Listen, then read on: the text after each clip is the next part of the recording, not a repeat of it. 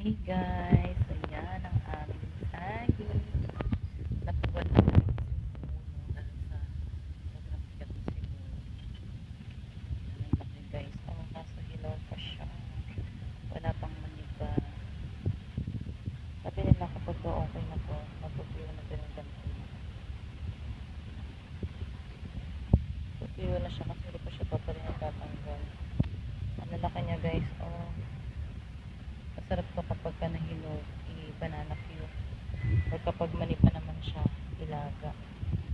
Kasi lalaki niya. Parang isang kalat.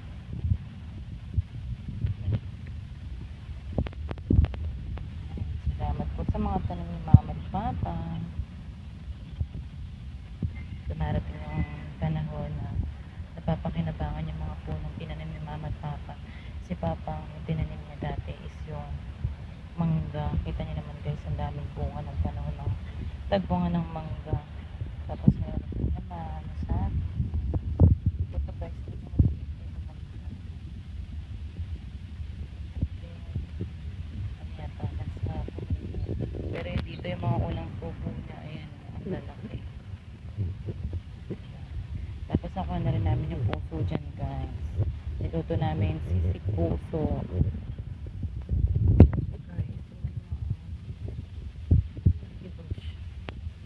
Pero pwede naman siguro tatahin na lang ulit para umayos. Tapos tatanggalin na lang.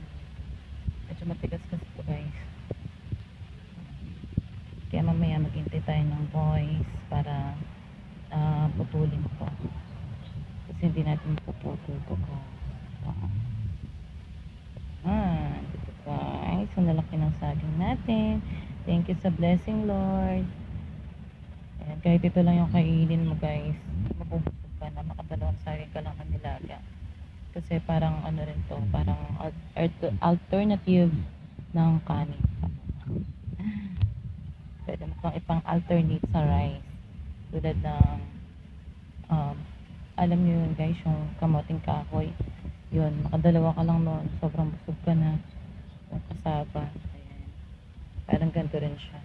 So, sa probinsya guys, sa ibang probinsya, ito lang yung ginagawa nilang rice.